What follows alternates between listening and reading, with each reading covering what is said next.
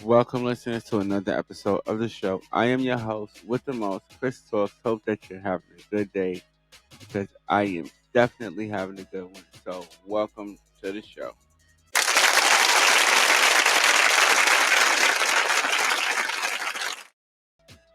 All right. This episode topic is a tragic shooting on a New York City subway where a grandfather is killed while trying to stop a dispute. Oh my goodness. All right, let's let Sarah AI report this story. All right, let's get into it.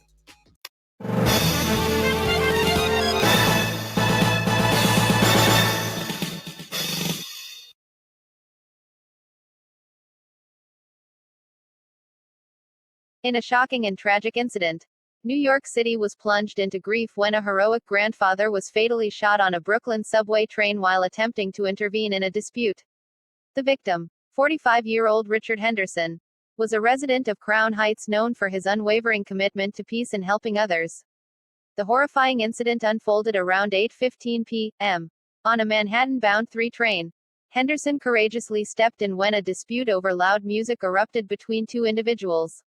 In a cruel twist of fate, his efforts to defuse the situation resulted in his being shot twice. Once in the back and once in the shoulder. Henderson's wife, Jake Badakari, expressed her devastation, saying, "He's a good man. He didn't deserve it." Not that. Friends and family gathered at the home of Henderson's in-laws, painting a picture of a loving father of 3 and a grandfather of 2 young girls. A man who always put his family first. Jermaine Henderson, the victim's older brother, shared fond memories of Richard, stating, "He died helping someone. That's him. He always intervened.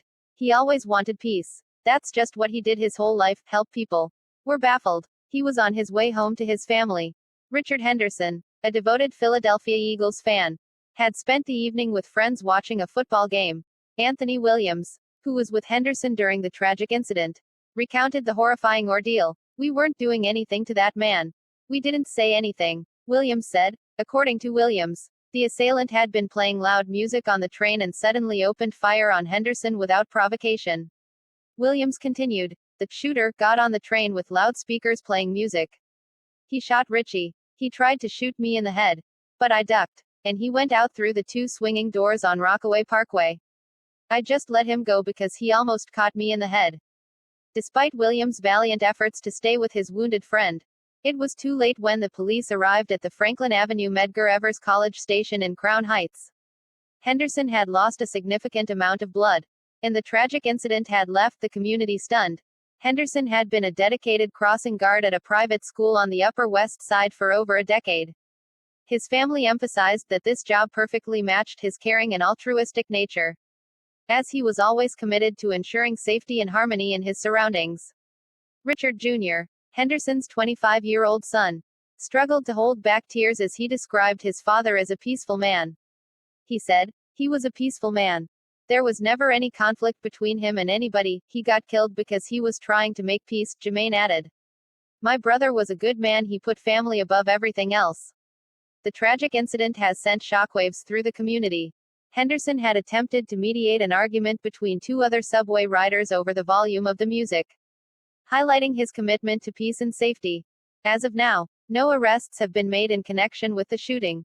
Students and associates of the Avenues The World School, where Henderson worked as a crossing guard, launched a GoFundMe campaign to support his grieving family. The campaign's description beautifully encapsulates Henderson's spirit, saying, "Richard's life was a mosaic of selflessness and dedication. For over a decade, he served as a crossing guard, shepherding young lives safely, a role that mirrored his innate desire to protect and care for those around him, in a heartwarming display of support."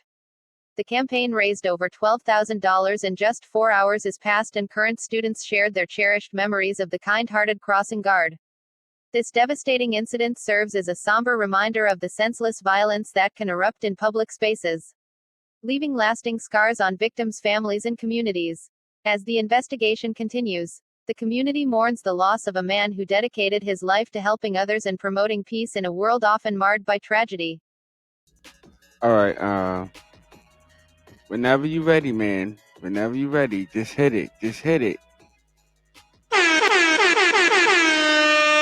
All right, y'all know this is the part where I drop my view and my opinion. Okay, if you like this content and want to hear more of it, y'all already know what to do. Hit that subscribe, hit that like, hit that notification button so you know when I put up content. And also that comment, hit those comments. All right. All right. So, real quick, let me drop my view and my opinion on this situation. First of all, let me say this. It is a tragic one. So, let's get the tragedy out the way. Okay, this man died in a way that he shouldn't have. He shouldn't have. But let's drop some church bells for him, please.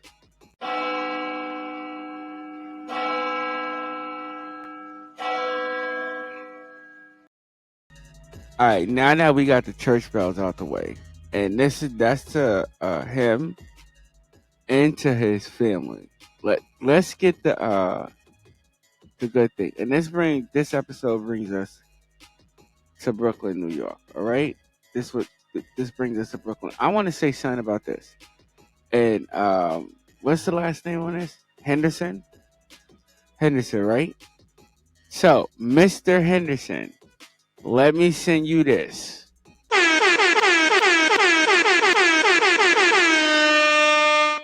And let me send you that in a celebration of your life. This man, whether you want to say it or not, you don't have to label him a hero if you don't want to. But this man did, although the result is that he did die in an act of greatness and kindness. He did die trying to protect somebody else. I don't know this man personally, but can we hit him again real quick? I would give him this for stepping in and trying to protect somebody. This man died as a protector and as a guardian. And me as myself, being a New York City resident, this does not happen often. It does not happen often. It doesn't. And to the family, I would tell them this. Be very, very, very, very grateful. I understand that you're going through some mourning, but let me change my words. Not grateful. Let me change my words. Let me take that back real quick. Let me take that back. Yeah, whatever. Be very proud of Mr. Henderson. Be very proud of him because as every single comment or statement that was made by the family member, this man passed doing what he liked, what he enjoyed, what he basically was built to do. So let's give him that. Let's give him that. Please do it again. Please do it. And that's why he get that horn. That's why he get that horn. To the family, I would tell him this. Out of all of your sadness, out of all of your mourning and what that you're going through, I would tell him this. You are still able to recognize the good and greatness that this man has done. And to any family members, to anybody that's listening, to any of my listeners who are going through or who have been through something like this, has been through a situation like this, I would tell you the same thing. I would tell you the same thing.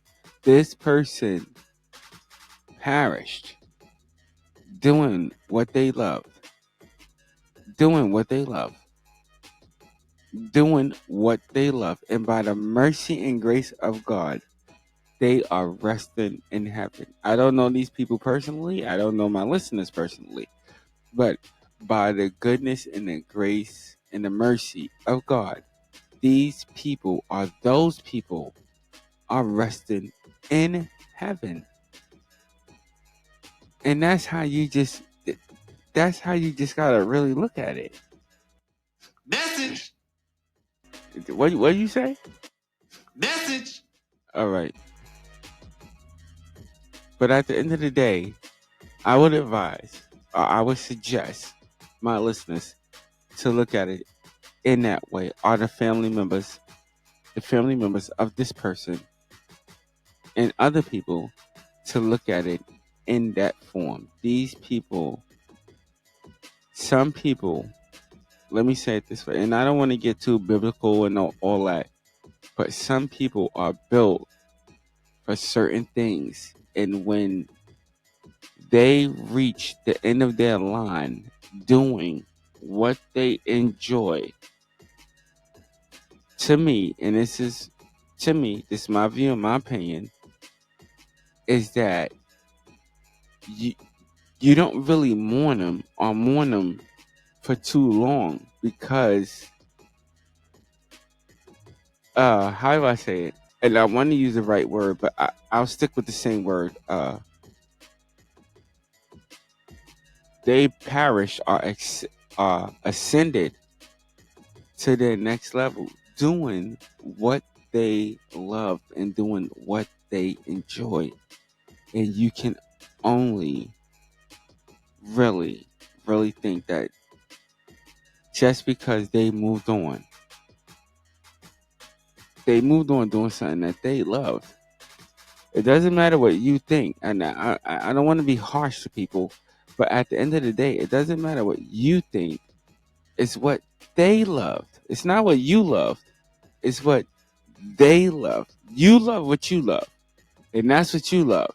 That's your passion, and you have that, and that's given to you, and that's what you decide to do.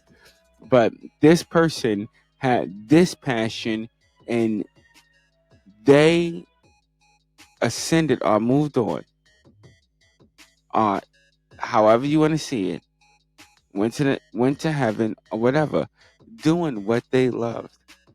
So in my view, in my opinion, you shouldn't really mourn that. You should more celebrate it or embrace it. I don't want to use the wrong words. I don't want people to mix up what I'm saying. I do think that there is a period of mourning that you should have or probably are going to have. But at some point, understand they did what they love, as the next person should do for you. If you did what you if you perish doing what you love, what better way to go? I mean, I'm just saying. Y'all tell me what y'all think in the comments. But what better way to go than doing what you love or what you consider as what's the word I'm looking for again here? As like something passionate to you or something that you just really, you know, you understand what I'm saying? You know what I'm saying? You know? Bruh. Yeah, it's one of those things, you know? Bruh. Are just doing that. But the person that committed this murder, we ain't gonna end it without giving him one of those. Give it to him. Yes, let's give him the dummy buzzer for doing such a thing and taking this man's life. And like I said on all my shows, I explain this to two-headed coin. But what you did to that person that did what they did, they still out there, and uh, 9 times out of 10, you are going to get caught sooner than later, but you are going to get caught. But I will say this, and I say this a lot on my on some of my podcasts. But if the Lord don't catch you, God is going to get you. And to the family, that's the relief that you should have. That's the relief that you should have. If the Lord don't get them, the law don't get them, the Lord will get them. And that's the relief that you should have. And I'm just saying, it's my opinion. I'm just saying that's a relief that you should have, because I know I definitely uh, would and have had that in my private life. So That's my view and that's my opinion on this particular topic. All right. All right, check it out. Listen, I want to thank all my listeners for tuning in. You could have been anywhere else in the world, but you are here with me, and I so appreciate that. Also, stay blessed and not stressed. All right. Until next episode, I see you guys later. Peace out and thanks for tuning in.